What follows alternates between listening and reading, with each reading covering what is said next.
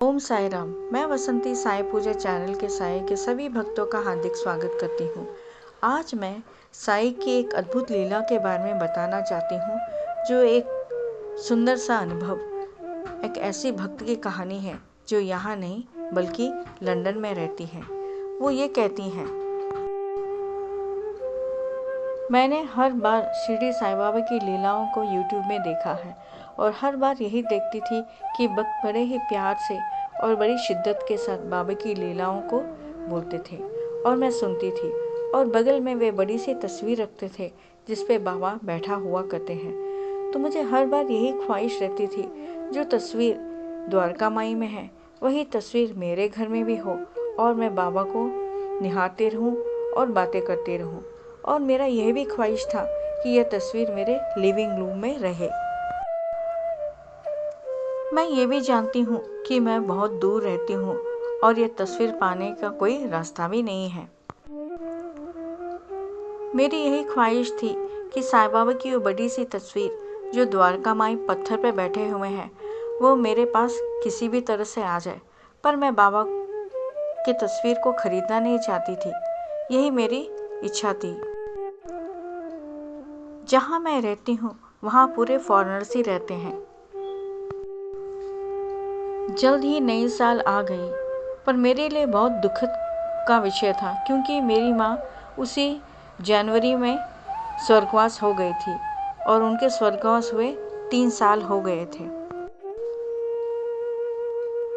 2 जनवरी को विम्बले जाने की योजना बनाई, जो 2.5 घंटे दूर है। विम्बले यानी जहाँ लंदन।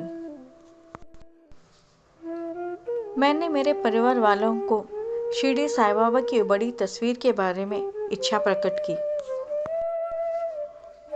और उन्हें ये भी चेतावनी दी कि हम विम्बले जा रहे हैं और वहाँ पे कई दुकान है और वहाँ भगवान की तस्वीरें मिलते हैं, पर मुझे खरीदना नहीं है। बस मैं यही चाहती थी कि बाबा मेरी भक्ति को पहचाने और निस्वार्थ भाव के साथ मैं उनकी पूजा करूं और किसी न किसी तरह से एक तोहफा के रूप में बाबा की तस्वीर मुझ पर पहुंच जाए। पर मुझे यह भी लग रहा था कि यह संभव नहीं है, पर मैं अपनी आशा छोड़ नहीं सकती थी। मैंने पूरा बार बाबा पर छोड़ दिया और कहा, बाबा अगर चाहते हैं तो ज़रूर मेरे घर आएंगे। हम सब विम्बले को निकल पड़े और मैं साईं बाबा की तस्वीर के बारे में पूरा भूल गई।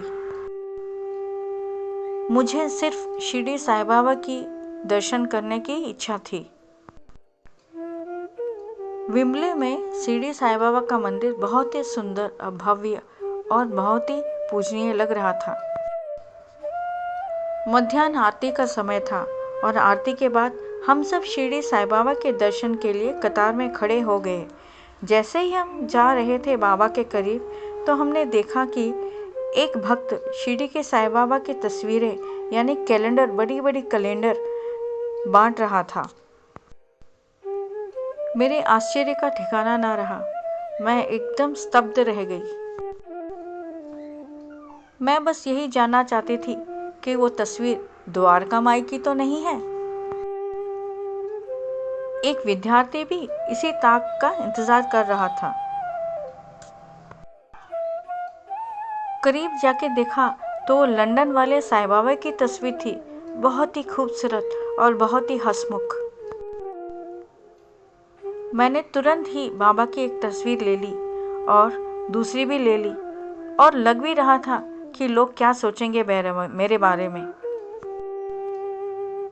पर किसी ने कुछ भी नहीं कहा और मैं धीरे धीरे बाबा की वो मूर्ति के पास जाके खड़ी हो गई और बाबा को शुक्रिया अदा कहा,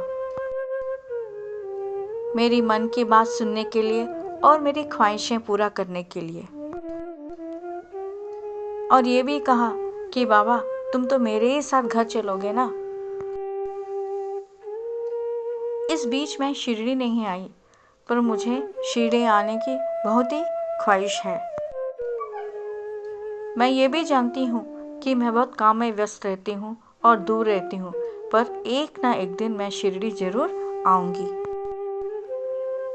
जब भी मैं लंदन वाले साईं बाबा को देखती हूँ ना, हर बार मुझे बहुत ही खूबसूरत हंसमुख चेहरा ही दिखता है। और मैं मेरे परिवार वाले को कहती हूँ कि देखो बाबा हंस रहे हैं मुझे देख के, और देख मेरे साथ बाबा घर आ गए हैं।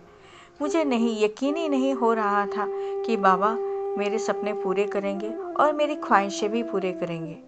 ये सब सच हो गया है। मैंने बाबा की तस्वीर घर लेके आ गई और मैं रोज दर्शन कर सकूं। शिरडी के साईं बाबा तो हर जगह विराजमान हैं। बस हमें उन्हें शिद्दत, प्रेम और अटूट प्रेम और भक्ति के साथ पूजना आना चाहिए। और मैं इसी प्रयत्न में हूँ। ओम साई राम।